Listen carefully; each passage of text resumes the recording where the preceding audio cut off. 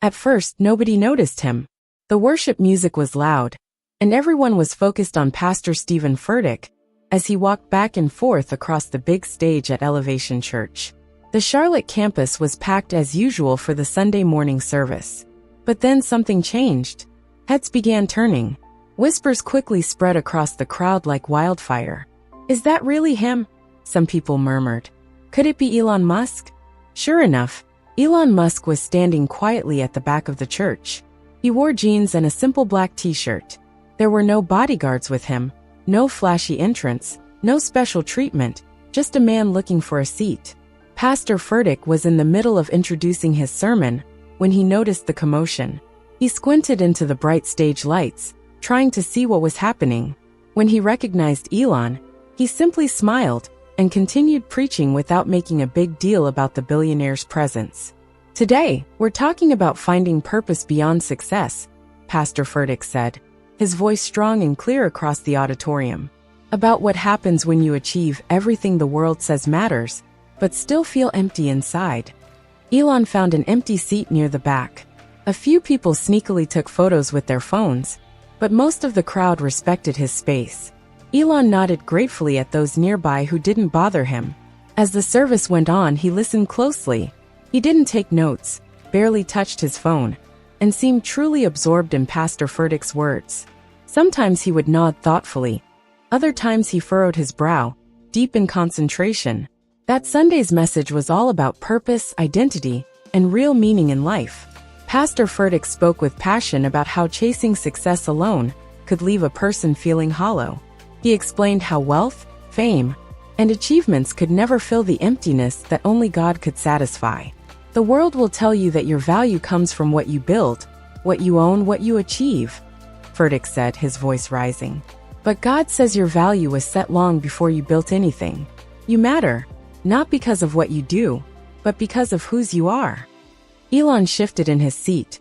For someone who had built billion-dollar companies and was known for his unstoppable work ethic, these words seemed to hit a nerve. When the service ended, many people expected Elon to leave quickly and quietly. But he didn't. He stayed seated, lost in thought, long after most of the congregation had filed out. Eventually, he made his way toward the front of the church, where Pastor Furtick was greeting people. When the two men finally stood face to face, there was a brief, awkward silence. Two powerful figures from completely different worlds. One a tech mogul, the other a preacher. "I've been following your work for years," Elon said, reaching out to shake Furtick's hand. "Your approach to innovation, communication, and building community really fascinates me." Pastor Furtick looked surprised for a moment, but quickly smiled. "That's kind of you to say. I've been impressed by your work as well." "I'd like to talk more," Elon said. "If you have time." Pastor Furtick glanced at his watch. He had another service starting soon. "I have a tight schedule today, but I could meet you for coffee tomorrow morning," he offered. Elon nodded and pulled out his phone to set a reminder. "Perfect," he said. Neither man realized that this unexpected meeting would be the start of a deep conversation, one that would change them both and eventually inspire millions. The next morning, Elon showed up at a nearly empty coffee shop. Pastor Furtick was already there, sitting at a corner table with 2 steaming cups of coffee waiting. "I wasn't sure how you'd take it," Furtick said with a smile, sliding one of the cups across the table. Elon gestured to the extra cup of coffee on the table. "Black is fine," he said, sitting down. "Thanks for meeting me." There was a brief, awkward silence. Two men from completely different worlds weren't sure how to start. Finally, Pastor Furtick spoke. "So, what brought you to Elevation yesterday?" he asked. Elon took a slow sip of his coffee before answering. "Curiosity mainly," he said. "I've been thinking a lot about influence lately, about the responsibility that comes with having millions of people listening to you." He paused for a moment before continuing. "You've built something really impressive here, a community that actually seems to care about each other."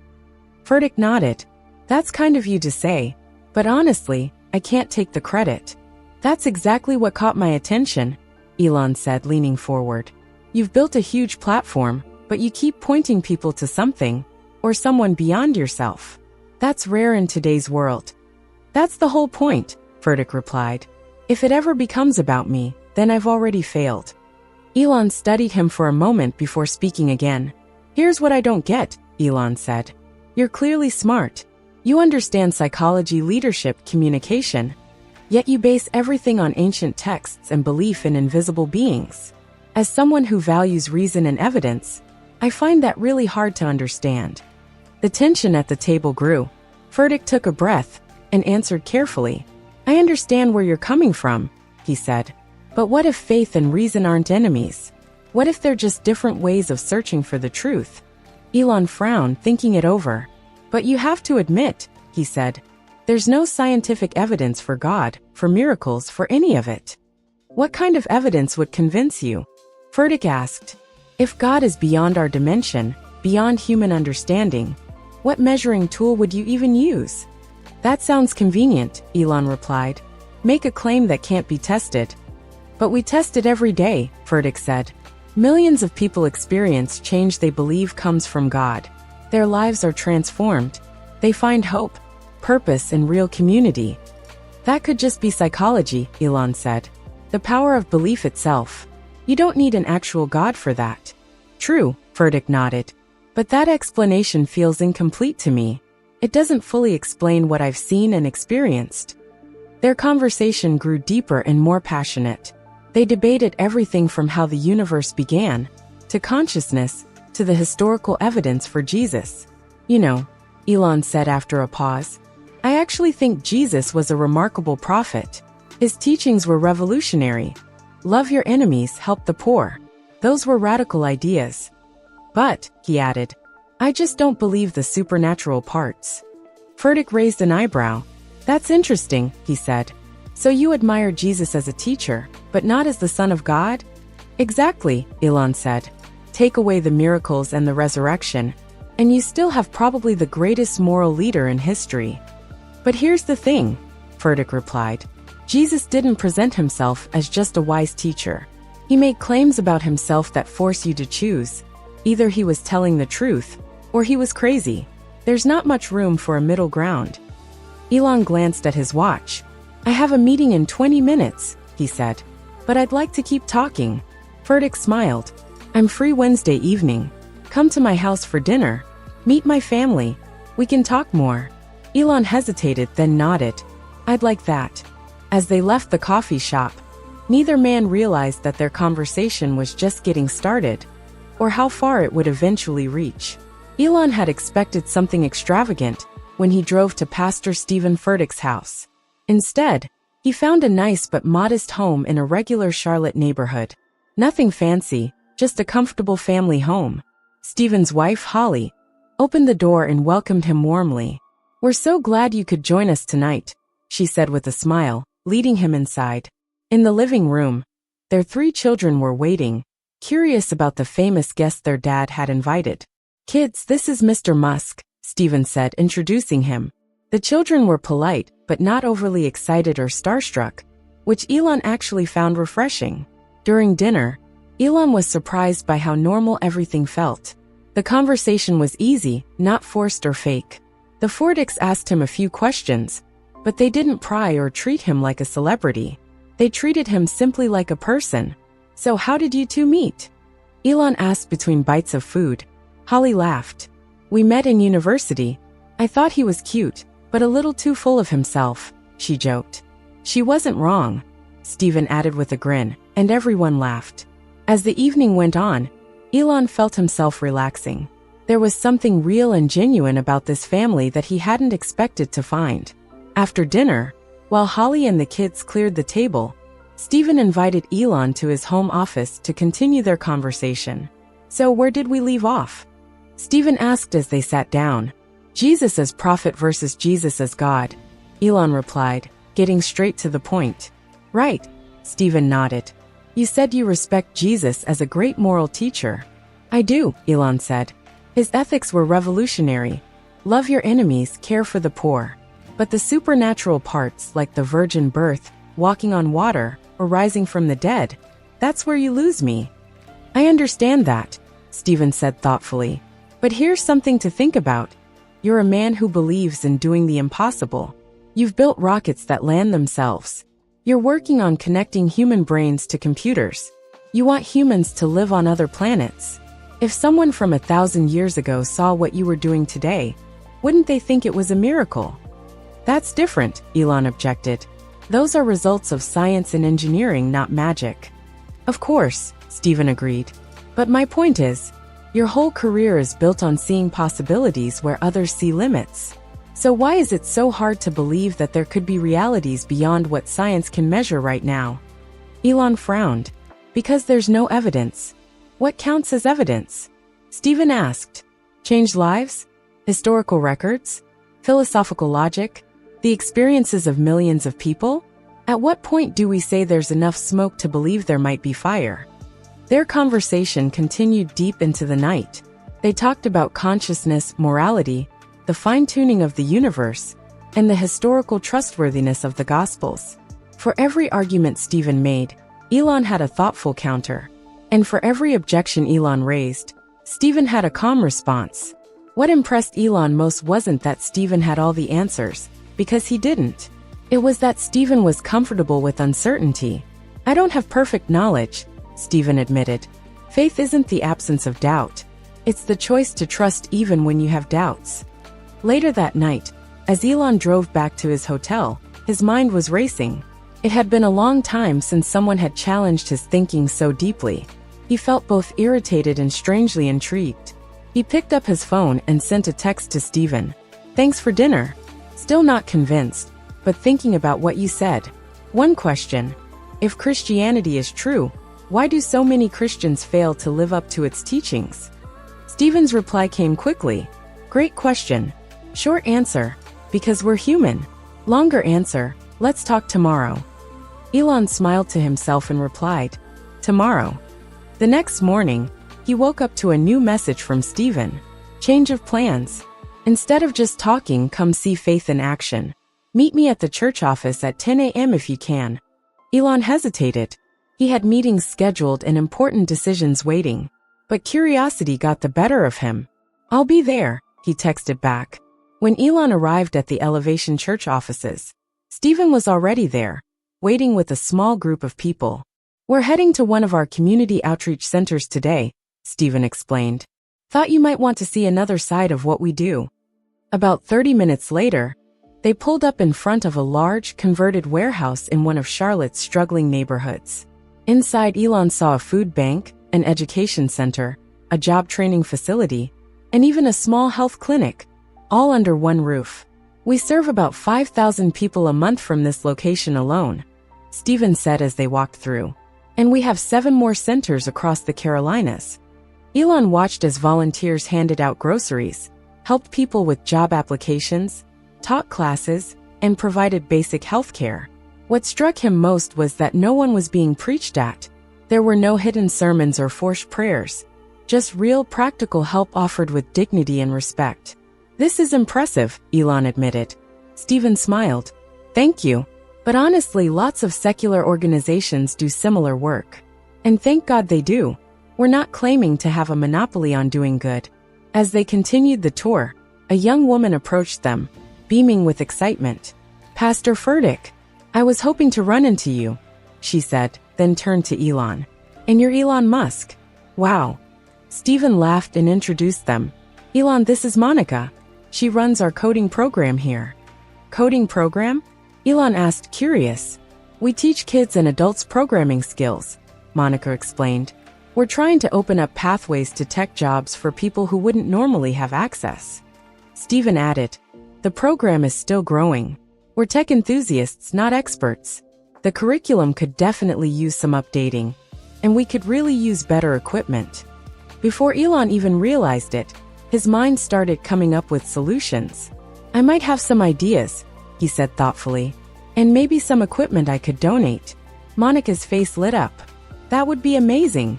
As they left the center, Elon was unusually quiet. Something wrong? Steven asked.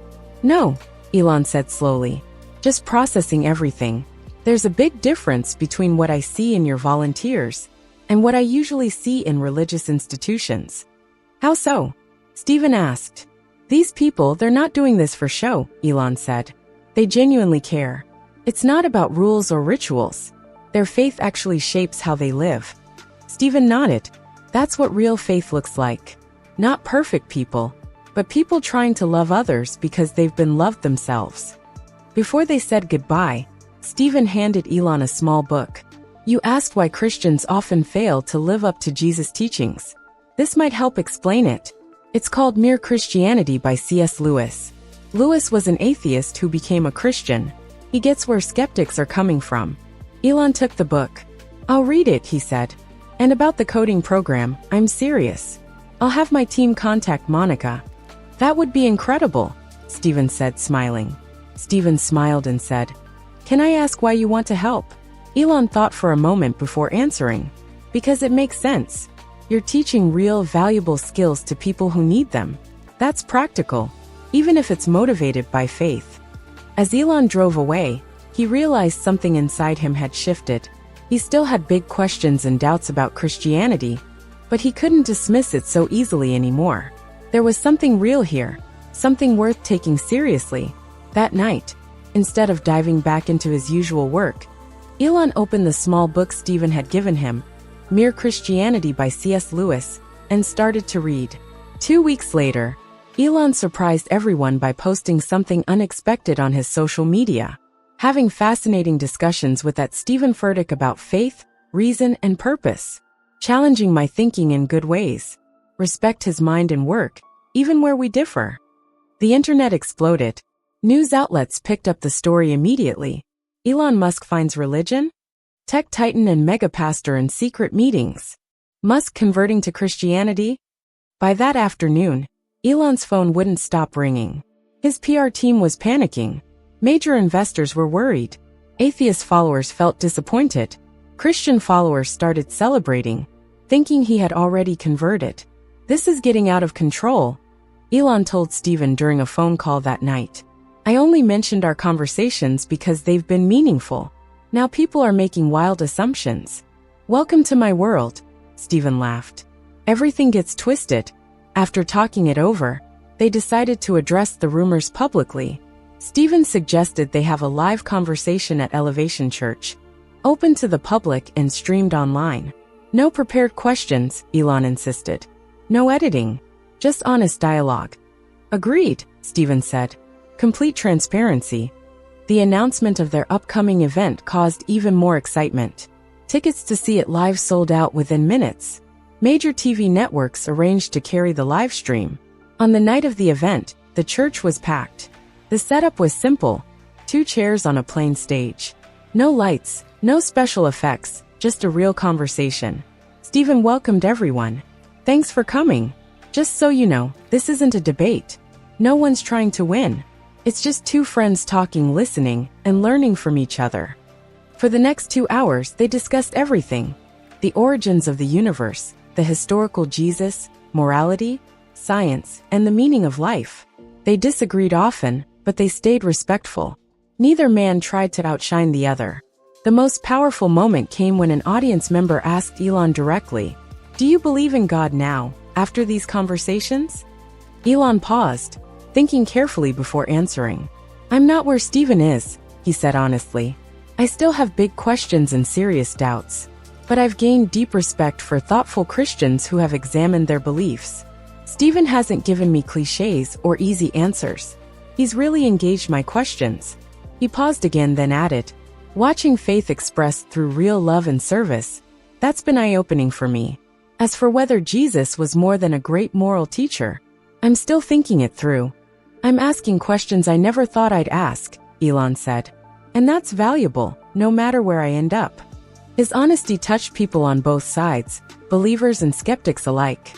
No one could accuse him of pretending to convert for popularity, and no one could say he was close-minded either. After the event, social media lit up again, but this time, something was different. People weren't just talking about Elon. They were having real conversations about faith, doubt, reason, and belief. The respectful way Elon and Steven had talked to each other inspired thousands of others to have their own deep, civil discussions across the internet. What started as a simple meeting between 2 very different people was turning into a movement of real dialogue across deep divides. A month later, Elon surprised everyone once again. He announced a brand new initiative, a partnership between his companies and Elevation Church to create tech education centers in underserved communities. Our first 10 centers will open across the U.S. within 6 months, Elon shared at the press conference. We're donating equipment, providing curriculum, and bringing expert instructors. Elevation is offering facilities and trusted connections in these communities. When reporters questioned why he would work with a religious organization, Elon answered simply, "I care about results. Elevation has proven their commitment to helping people. They have infrastructure and trust where we don't. This partnership makes practical sense, no matter what someone believes." Behind the scenes, though not everything was easy, some of Elon's executives were worried about partnering with a church. Some church members were uneasy about working with a secular tech giant. "We're getting criticized from both sides," Steven said during one tense meeting. "Good," Elon replied, smiling slightly. "That usually means you're doing something that actually matters." As the opening of the first center got closer, something remarkable happened. Other business leaders and churches, even groups who normally wouldn't work together, started reaching out, wanting to join in. Inspired by the example, people realized they could set aside differences to do real good. "We've accidentally created a blueprint," Steven said, amazed. "A way for people with different worldviews to work together on something meaningful." On the morning of the first center's opening, Elon arrived early to check on preparations.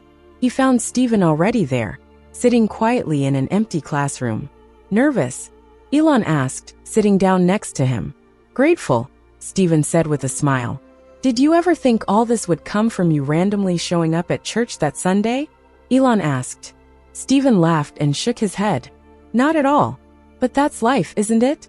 The biggest changes often come from the most unexpected moments."